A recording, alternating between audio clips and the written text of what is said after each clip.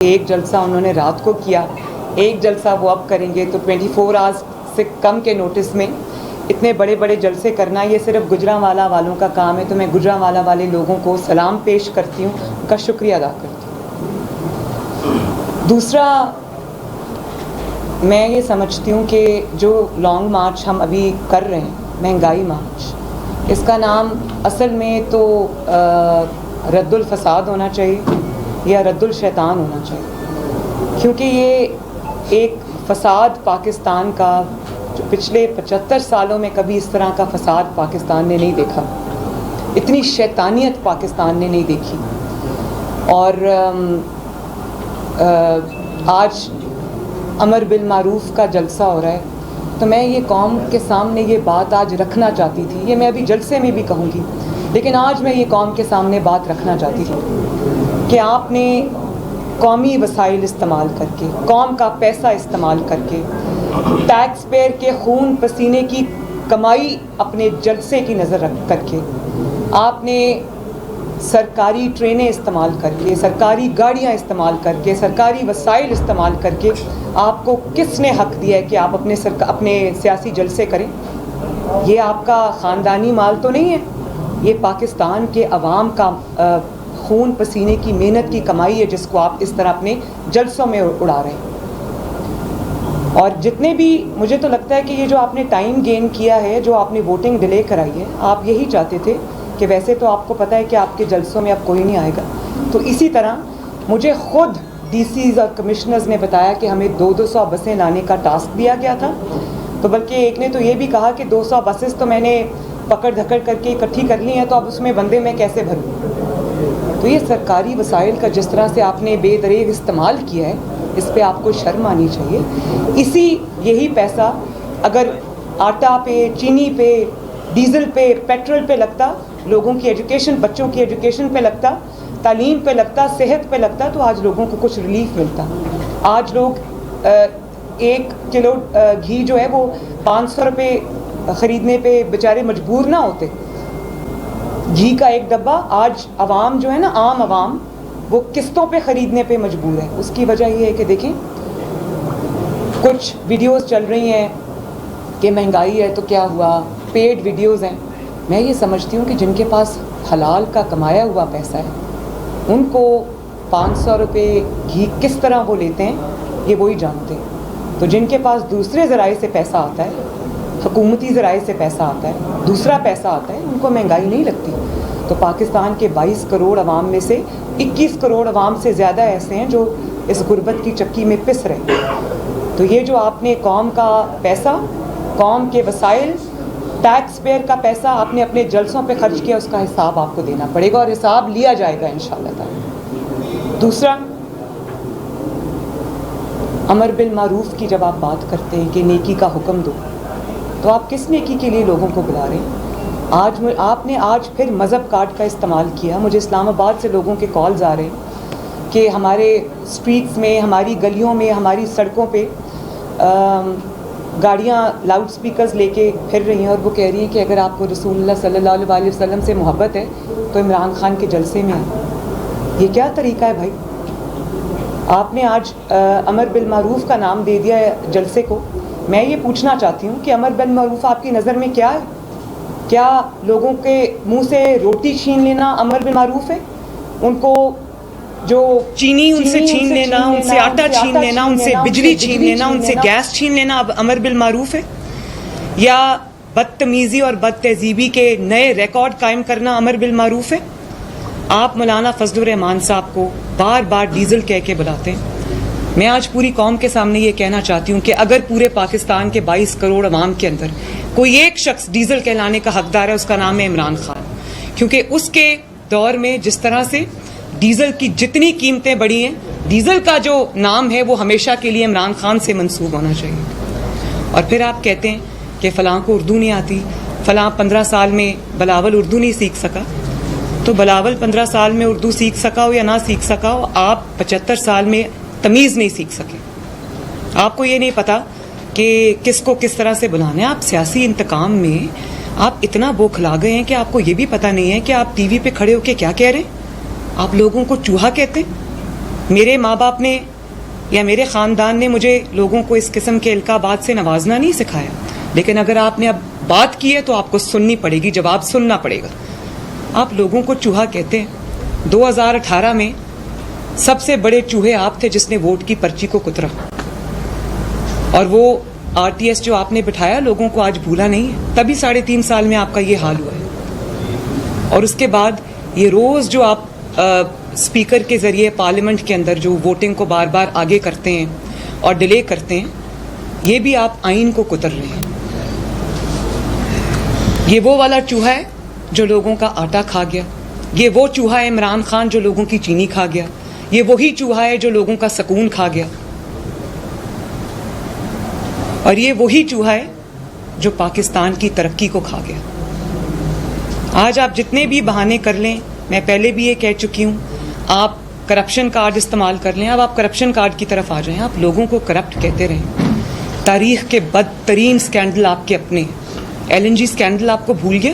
122 ارب کا ڈاکہ آپ نے لوگوں کی جیبوں میں ڈالا۔ چینی سکینڈل آپ کو بھول گیا؟ آٹا سکینڈل آپ کو بھول گیا؟ آپ کو جو ادویات کا سکینڈل آپ کو بھول گیا؟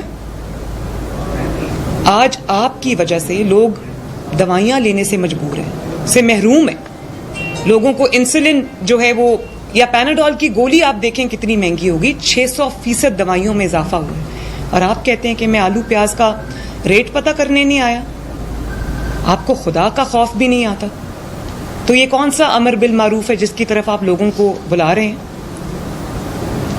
تو یہ جو 2018 میں 2014 میں جو آپ نے دھرنا کیا تھا، تو اللہ تعالیٰ کی شان دیکھو، آج اسی ڈی چوک میں آپ واپس پہنچ گئے، اور یہ آپ کسی انٹرنیشنل سازش کی وجہ سے نہیں پہنچے، آپ کسی ملکی سازش کی وجہ سے نہیں پہنچے، یہ آپ اپنے اعمال سے پہنچے۔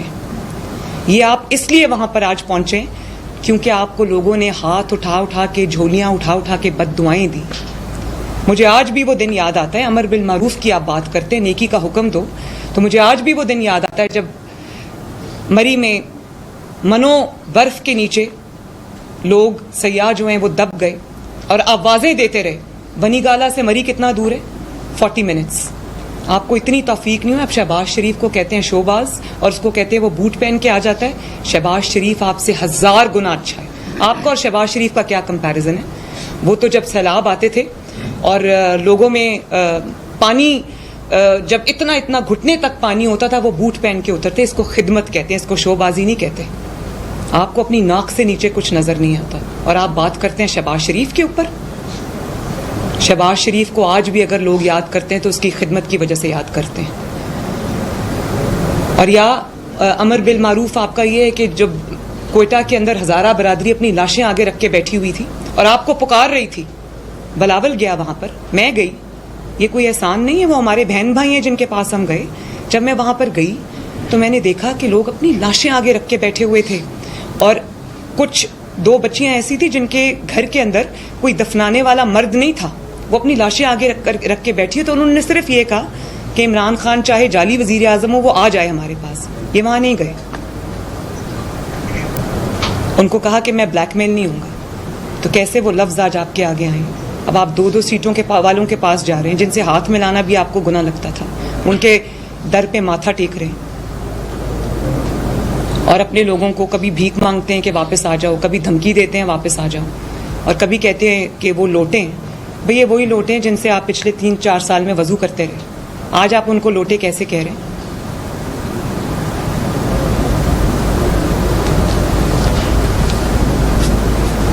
اور پھر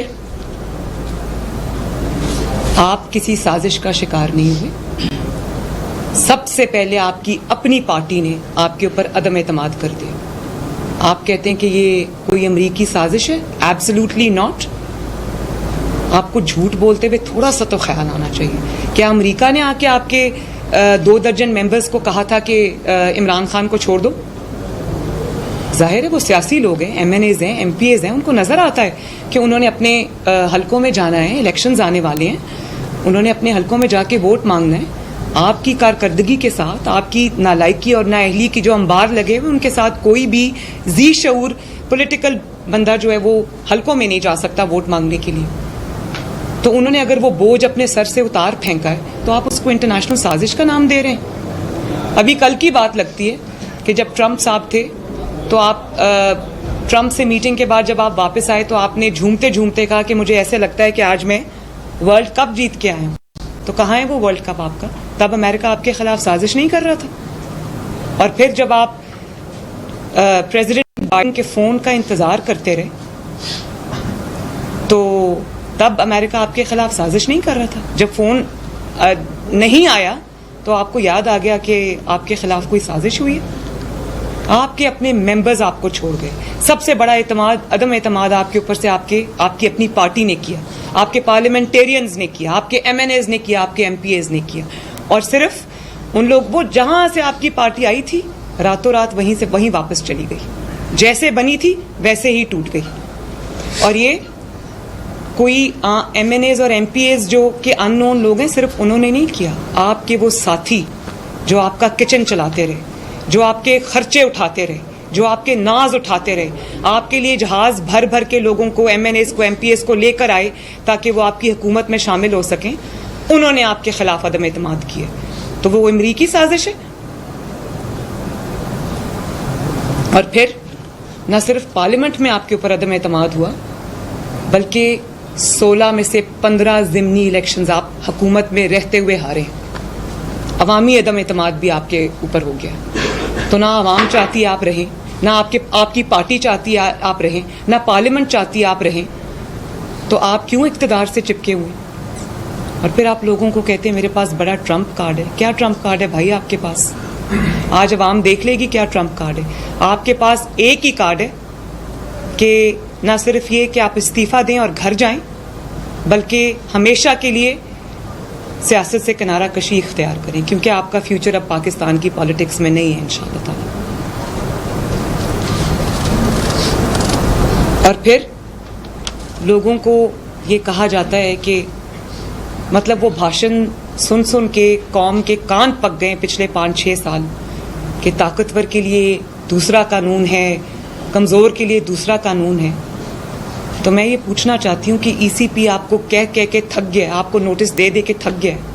آپ نے کان تک نہیں دھرے اس نوٹس کے اوپر, اور آپ بڑی ڈٹائی سے یہ کہتے ہیں کہ ای سی پی کا چیئرمین جو ہے وہ نواز شریف کا بندہ ہے, جو آپ سے سوال کرے, جو آپ کے اوپر لیگل ایکشن لے, جو آپ کو نوٹس بھیجے وہ نواز شریف کا بندہ ہے. بھئی اگر آپ اپنی حکومت میں رہتے ہوئے نواز شریف سے اتنے عاجز آ گئے کہ وہ لندن سے بیٹھ کے سب کو کنٹرول کر رہا ہے تو وہ تو آپ کو شرم سے مستعفی ہو جانا چاہیے. اور پھر فارن فنڈنگ کا آپ حساب نہیں دے رہے. مطلب آپ نے ایڈمٹ کر لیا, آپ کی پارٹی نے ایڈمٹ کر لیا کہ آپ نے جھوٹ بولا. آپ 7 سال اس کے اوپر سانپ بن کے بیٹھے رہے. آپ نے ہر حربہ استعمال کیا, طاقت استعمال کی فارن فنڈنگ کیس کو دبانے کی. بھئی تھوڑی دیر کے لیے تو ہو سکتا ہے, طاقت ہمیشہ ساتھ نہیں رہتی. جس نے طاقت پہ تکیہ کر لیا اس کا کام ختم ہے. تو اب دیکھیں نا, طاقت آپ کی کمزور ہوئی, ادھر ادھر ہوئی تو کیا ہو رہا ہے. اور آپ کو یہ سب سکینڈلز کے جواب دینے پڑیں گے. آپ جو لوگوں پہ کرپشن کا الزام لگاتے ہیں, آپ نے نواز شریف کے خلاف کیا نہیں کیا, شہباز شریف کے خلاف کیا نہیں کیا, مسلم لیگ نون کے تمام لیڈران کے خلاف آپ نے کتنی بڑی کرپشن کی کیمپین چلائی. اور آپ نے $65 ملین آپ نے اس کیمپین پہ خرچ کیے, جو کہ 12 ارب روپے بنتے ہیں, 1200 کروڑ روپے بنتے ہیں. اور بدلے میں آپ نے کیا لیا؟ بدلے میں آپ نے صادق اور امین کا نواز شریف کو بھی, شہباز شریف کو بھی انٹرنیشنل آرگنائزیشن سے آپ نے سرٹیفکیٹ دلوا دیا. وہ جو موسوی ہے براڈ شیٹ والا, اس نے بھی نواز شریف صاحب سے معافی مانگی ہے. اور وہ جو برٹش کرائم ایجنسی, انہوں نے کہا کہ شہباز شریف کے اوپر کوئی نئی منی لانڈرنگ کا مقدمہ, نیشنل کرائم ایجنسی, انہوں نے بھی یہ کہا کہ کوئی NCA جو ہے کہ کوئی شہباز شریف کے اوپر منی لانڈرنگ نہ ثابت ہوئی ہے نہ ہے. تو بھائی موسوی نے معافی مانگی, جج ارشد ملک نے معافی مانگی. انشاءاللہ تعالی وہ وقت دور نہیں عمران خان جب تمہیں بھی نواز شریف سے, شہباز شریف سے اور مسلم لیگ نون سے معافی مانگنی پڑے گی, کیونکہ تم نے بہتان تراشی کی, تم نے عزت کو نقصان پہنچانے کی کوشش کی, اور بات تم امر بالمعروف کی کرتے. تمہیں پتہ ہے کہ بہتان لگانے والے کی سزا کیا ہے؟ یہ وہی سزا ہے جو تمہیں آج حکومت میں رہتے ہوئے مل رہی ہے. تمہیں سمجھ نہیں آ رہا کہ تم کہاں جاؤ. وہی الزام جو تم نے نواز شریف شہباز شریف پہ لگائے تھے وہ آج سب تمہارے آگے آ رہے ہیں. اور وہ وقت بھی دور نہیں ہے, میں بتا دوں کہ جو اسکینڈلز کا باپ ہے نا, وہ جو فرح نامی خاتون ہے, اس کی جب ڈیٹیلز باہر آئیں گی تو آپ کو سمجھ نہیں آئے گی کہ آپ کہاں جاؤ گے, اور اس کے ثبوت موجود ہیں. اور یہ جو آپ اچھے بچے بنے ہوئے ہیں نا کہ میں تو بڑی چالاک لومڑی بن کے آپ یہ بات کل کہہ رہے تھے کہ نواز شریف آئے گا تو اداروں کو یہ کر دے گا, نواز شریف آئے گا تو اداروں کو وہ کر دے گا. بات یہ ہے کہ تم چالاک لومڑی بننے کی کوشش نہ کرو. نواز شریف اس دھرتی کا بیٹا ہے, اسی ملک میں اس نے جنم لیا ہے. سب کچھ نواز شریف کا اسی ملک میں, شہباز شریف کا اسی ملک میں. اور نواز شریف جو ہے اس نے جو پاکستان پہ جس بھی منصوبہ بنا ہے, جو اس پہ الحمدللہ نواز شریف اور شہباز شریف کی پاکستان مسلم لیگ نون کی مہر ہے. تو پاکستان کا بیٹا ہے نواز شریف, پاکستان کے ادارے اس کے اپنے ادارے ہیں. ہاں, اصول کی بات وہ کرتا ہے, کرتا رہے گا. اور اگر ہر ادارہ جو ہے اپنے آئینی رول کے مطابق اپنی جو فرائض ہیں وہ سر انجام دے گا تو سب ہمارے سر آنکھوں پہ ہیں. تمہاری یہ چالاکیاں اب نہیں چلیں گی. یہ تم کس کو سنا رہے ہو؟ کہ ڈرا رہے ہو اداروں کو. اور تم جو کہہ رہے ہو کہ میں خاموش ہوں, میں جانتی ہوں کہ یہ تم you are not a good boy. اس لیے نہیں کہہ رہے because you are very nice, اس لیے کہہ رہے ہو کہ تمہیں پتہ ہے کہ تمہاری کرپشن کے اتنے بڑے بڑے ثبوت ہیں, اور تمہیں پتہ ہے کہ تم نے منہ کھولا تو تم ایک دن جیل برداشت نہیں کر سکو گے. یہ حمزہ 2 سال جیل برداشت کر کے آیا, میں سزائے موت کی چکی میں رہ کے آئی, 2 دفعہ جیل برداشت کی. نواز شریف صاحب نے 73 ایئرز کی عمر میں جیل برداشت کی, شہباز شریف صاحب نے کی, شاہد خاقان نے کی, رانا ثناء اللہ نے کی, مفتاح اسماعیل نے کی, سعد رفیق صاحب نے کی, احسن اقبال صاحب نے کی, اور سوری اگر میں کسی کا نام بھول رہی ہوں, حنیف عباسی صاحب نے کی, خواجہ آصف صاحب نے کی, سلمان رفیق صاحب نے کی, شاہد خاقان صاحب, حافظ سلمان صاحب نے کی. مطلب پوری مسلم لیگ نون نے کی. آپ میں یہ بتا دوں کہ آپ اس لیے چپ ہیں کیونکہ آپ کو پتہ ہے کہ وہ جو اتنے بڑے بڑے پلندے ہیں لوگوں کے پاس آپ نے منہ کھولا وہ سب سامنے آئیں گے. آپ منہ کھولیں یا نہ کھولیں, جو ثبوت ہیں وہ تو آ کے رہیں گے سامنے انشاءاللہ تعالیٰ. کبھی پردہ نہیں اس پہ لمبے عرصے کے لیے آپ ڈال سکتے. اور آپ ڈرپوک آدمی ہیں, آپ دیواریں پھلاند کے بھاگنے والے انسان ہیں, لیکن ہم آپ کو بھاگنے نہیں دیں گے انشاءاللہ تعالیٰ. شروع اللہ کے نام سے جو بڑا مہربان نہایت رحم فرمانے والا ہے. سب سے پہلے میں اللہ کا شکر ادا کرتا ہوں